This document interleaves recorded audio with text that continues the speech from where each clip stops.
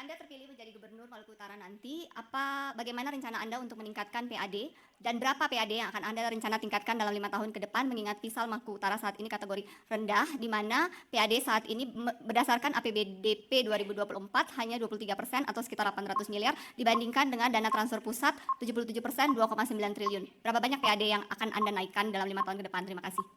Baik, waktu Anda habis. Terima kasih. Untuk kesempatan pada paslon nomor urut 1 untuk menjawab, waktu Anda menjawab adalah 1 menit dimulai saat Anda berbicara. Baik, terima kasih.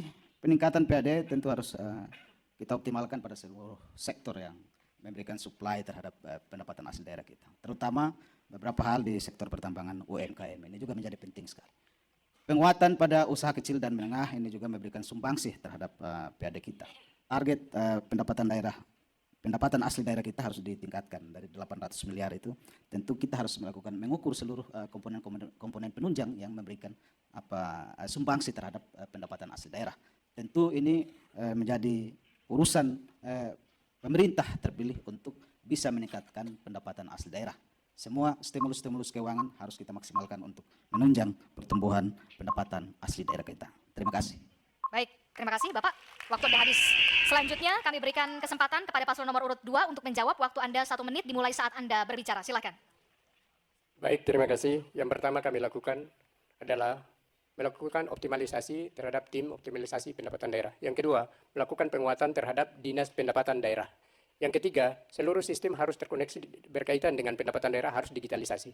Yang keempat adalah berkoordinasi dengan pemerintah pusat, khususnya di Maluku Utara. Kita harus berkoordinasi dengan pemerintah pusat. Kenapa? Karena ada kebocoran anggaran dari pajak kendaraan bermotor yang tidak tertagih dari kendaraan alat berat yang kurang lebih harus 10.000 unit yang ada di Provinsi Maluku Utara. Itu yang akan kami lakukan ke depan. Yang keempat adalah bagaimana menyusun perda baru lagi yang berkaitan dengan pendapatan asli daerah di Provinsi Maluku Utara. Terima kasih. Cukup Bapak? Cukup?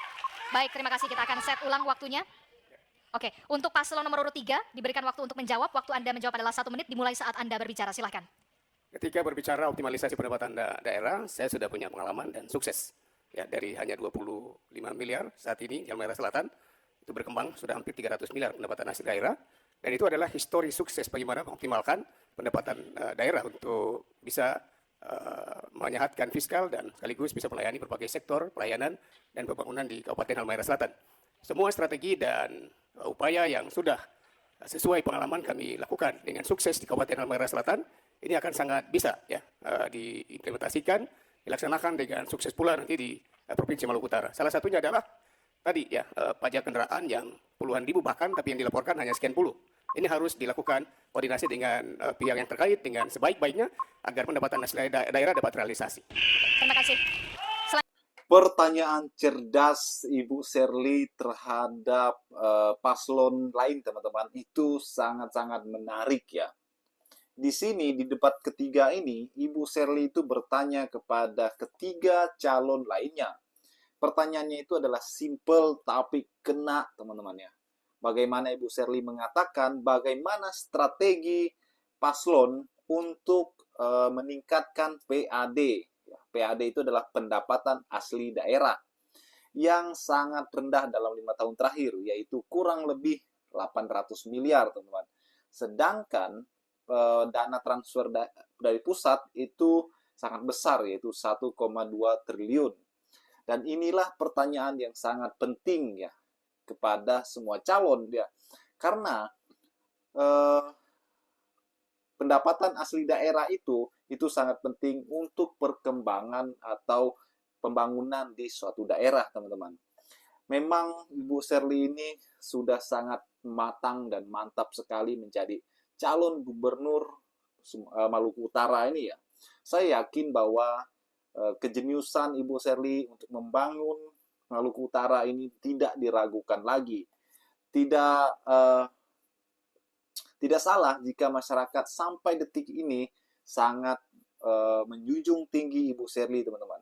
Bahkan kalau kita lihat surveinya, Ibu Sherly ini memang yang paling tertinggi surveinya dibandingkan ketiga calon lainnya. Ya, kalau kita lihat juga bagaimana kualitas Ibu Sherly ini tidak diragukan, teman-teman. Pertanyaan yang tajam ini membuka pikiran semua calon-calon yang lain ya, sehingga mereka sangat kebingungan menjawab pertanyaan ini. Bagaimana menurut kalian? Kita diskusi di kolom komentar. Sampai jumpa lagi di video berikutnya. Salam.